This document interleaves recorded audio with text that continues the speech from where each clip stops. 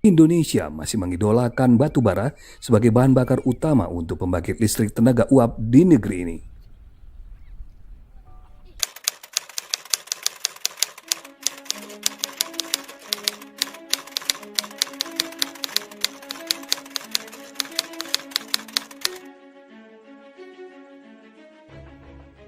Tanpa memikirkan nasib rakyat yang terpapar dan mengalami penyakit akibat limbah batu bara,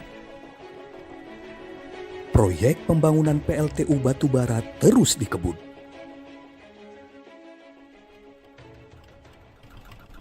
Sampai saat ini, saya belum melihat keseriusan pemerintah dalam menangani persoalan dampak yang timbul diakibatkan oleh proyek negara ini.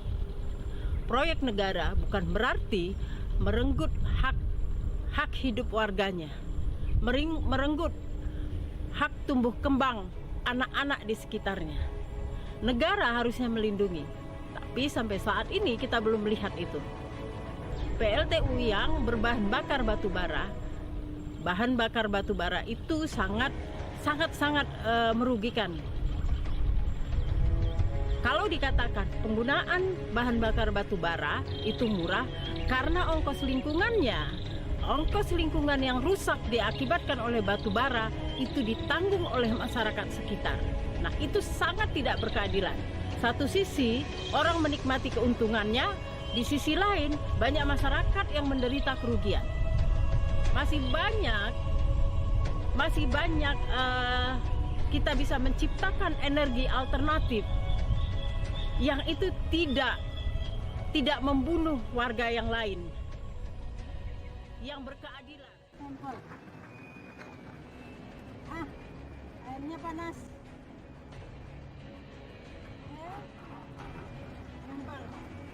Lihatlah.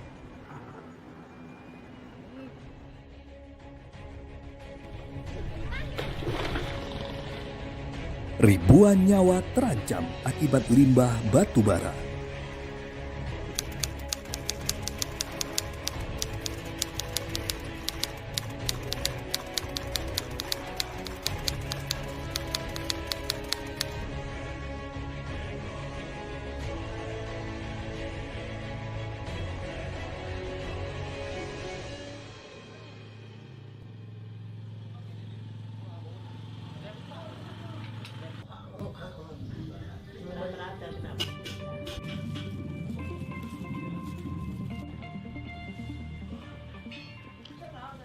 Mana yang gatal-gatal?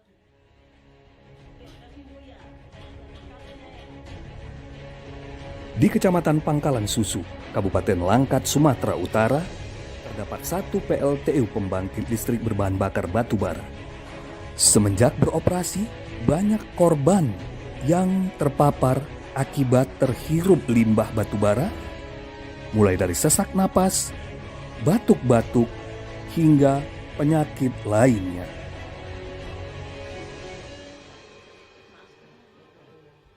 Anak saya yang bernama Muhammad Adelio Pranaja. Kami tinggal di Desa Sesiur, Dusun 4, Kanton, yang berdekatan dengan perusahaan PLTU. Anak saya berumur 4 tahun. Dia terkena gatal-gatal seperti ini.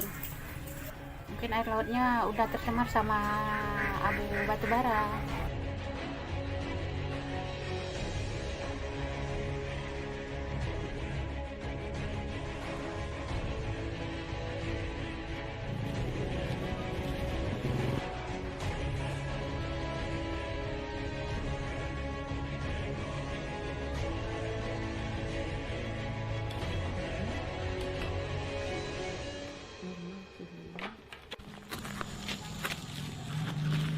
Tadi malam kok tiba-tiba sesak ya? Kan ibu jumpai dokter, minta rujuk. Ibu minum obat tensi. Ada ibu contohnya. Pening, ada mualnya bu. Mual nggak ada, pening ada. Pening, pening. Nanti ibu enak minumnya ya. Ibu kurangi garam-garaman. Durian pun jangan ibu makan.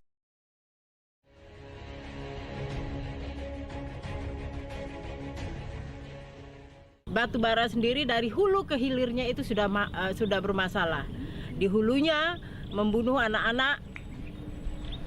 Nah, di hilirnya juga membunuh warga yang ada di sini.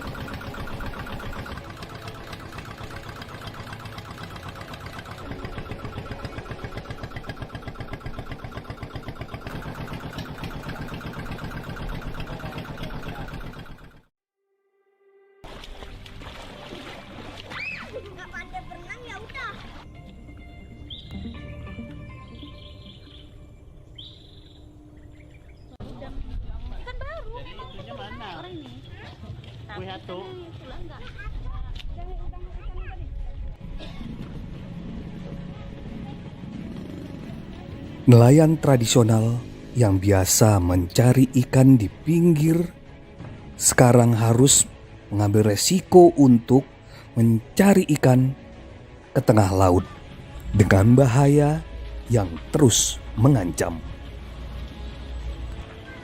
Limbah cair batubara dibuang langsung ke laut, mengakibatkan spesies ikan tak lagi betah di situ. Hadirnya PLTU memperbesar pengangguran. Nelayan sudah tidak banyak yang sudah tidak lagi bekerja sebagai nelayan karena sudah tidak menghasilkan. Begitu juga Pak, petani. Petani saat sekarang ini sudah terjadi perubahan iklim. Harusnya mereka tahun ini 2 kali nanam, sekarang malah menjadi 1 kali nanam.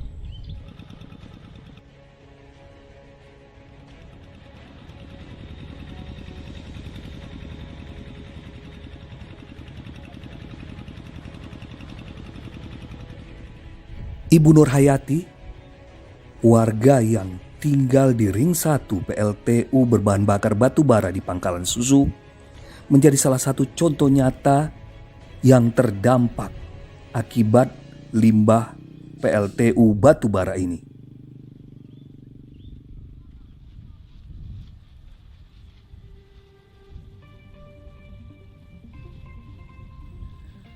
Pertaniannya hancur.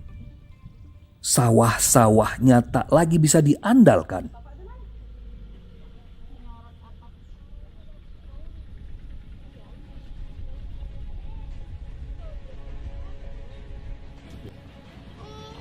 Inilah sawah yang saya kelola. Ini sekitar sampai sana 12 rantai lebih ya, hampir 13. Inilah yang tahun semalam di bulan 2 panennya itu cuman 2 rantai yang bagus, yang 10 rantainya hangus, terbakar, merah gitu, nggak bisa dipanen. Cuman dapat 2 rantai aja lah yang bisa dipanen. 2 rantai itulah yang bukan untuk menyambung hidup sih, untuk makan sehari-hari ya. Nggak bisa untuk dijual, nggak bisa, nggak laku bahkan dijual karena merah. Dan padinya itu kuning gitu, nggak bisa dijual, katanya nggak bisa, ini padinya nggak laku dijual. Di Pulau Sumatera, pembangunan PLTU berbahan bakar batubara masih terus berlangsung hingga sekarang.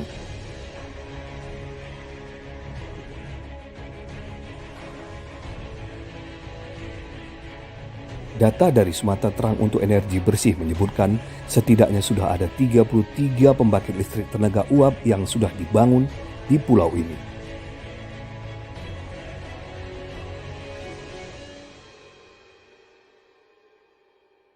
Kerusakan lingkungan begitu menyayat hati. Lubang-lubang tambang tak pernah berhenti.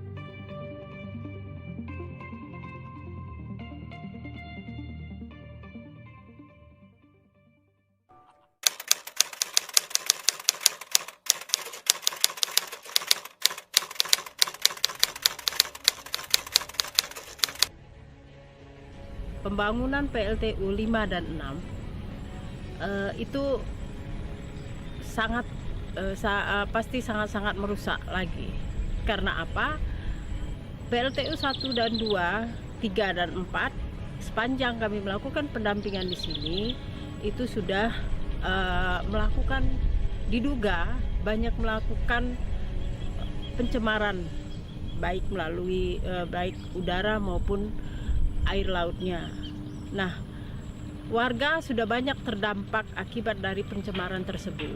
Setidaknya ditinjau ulanglah jika memang ingin membangun proyek PLTU lanjutan. Protes penggunaan fosil kotor batubara terus terjadi.